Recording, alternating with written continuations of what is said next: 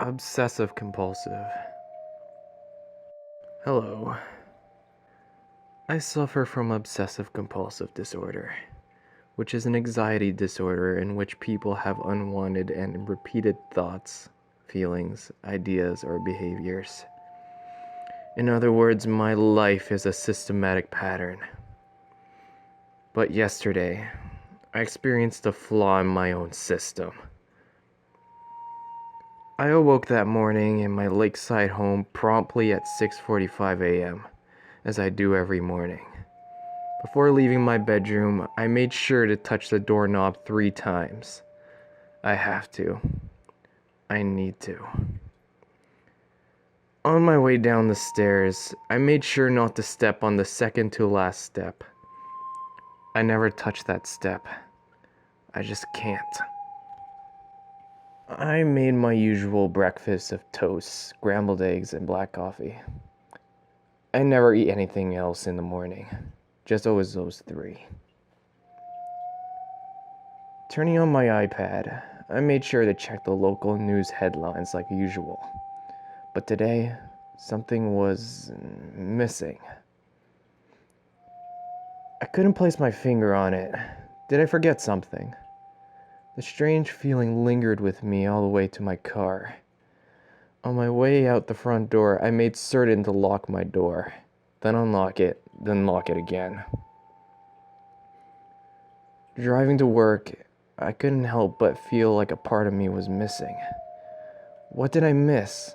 How could I have possibly missed it? I hoped that feeling would surpass while at work that day. It didn't. It stayed with me for the whole 12 hours.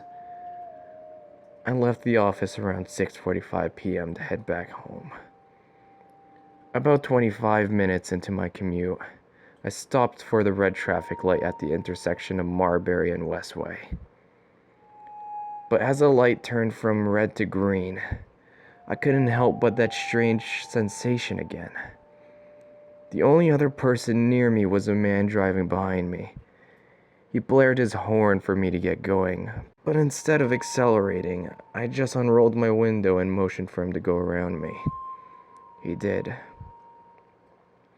I dreadfully sat there in my car, still stopped at the intersection. Something is seriously wrong. What am I missing here?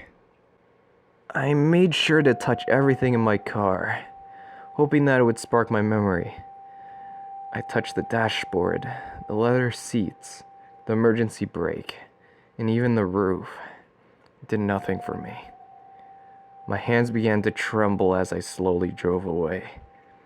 This isn't right. I don't like this. Arriving home, I pulled my '74 Mustang into the garage. I washed the car every weekday, never on weekends. I only washed the front of the car and the back, never the sides. No matter how dirty they get, I never wash the sides. I simply just can't. But something else seemed to be missing from my daily routine as I washed. No, not again. First the news, then the intersection, now this. I'm finishing up with my car. I jogged out to the backyard. Only jog, never walk, never run. Opening up the tool shed, I felt yet another thing missing from my pattern. I screamed, "This isn't right, this isn't right, this isn't right." I stumbled out the shed and gazed out at the lake. It always seemed to calm me when my anxiety got out of control. But tonight, all I wanted to do was sleep. I needed to finish this day. The next morning, I awoke at 6:45 a.m., touched the doorknob 3 times, made sure not to step on the second to last step on my way to the kitchen. I prepared my toast, scrambled eggs, and black coffee. I turned on the iPad, browsed the local news. It's still missing. I became very aggravated. What is it that I could possibly be missing? I began to feel nauseous. Hurrying out the door in a vicious rage, I quickly locked the door, unlocked it, and locked it again. I drove off to work. I tend to get a lot of work done when I'm upset, strangely. So at least I felt some accomplishment when I left the office at 6:45 p.m. I drove fast on my way home. Very fast. What am I missing? I approached the red light at Marbury and Westway. Come on. Think. A man was walking in the middle of the intersection on his way to the other side. Why can't I remember? The man's head spun as he noticed my Mustang coming straight for him at 85 miles per hour. I noticed him too.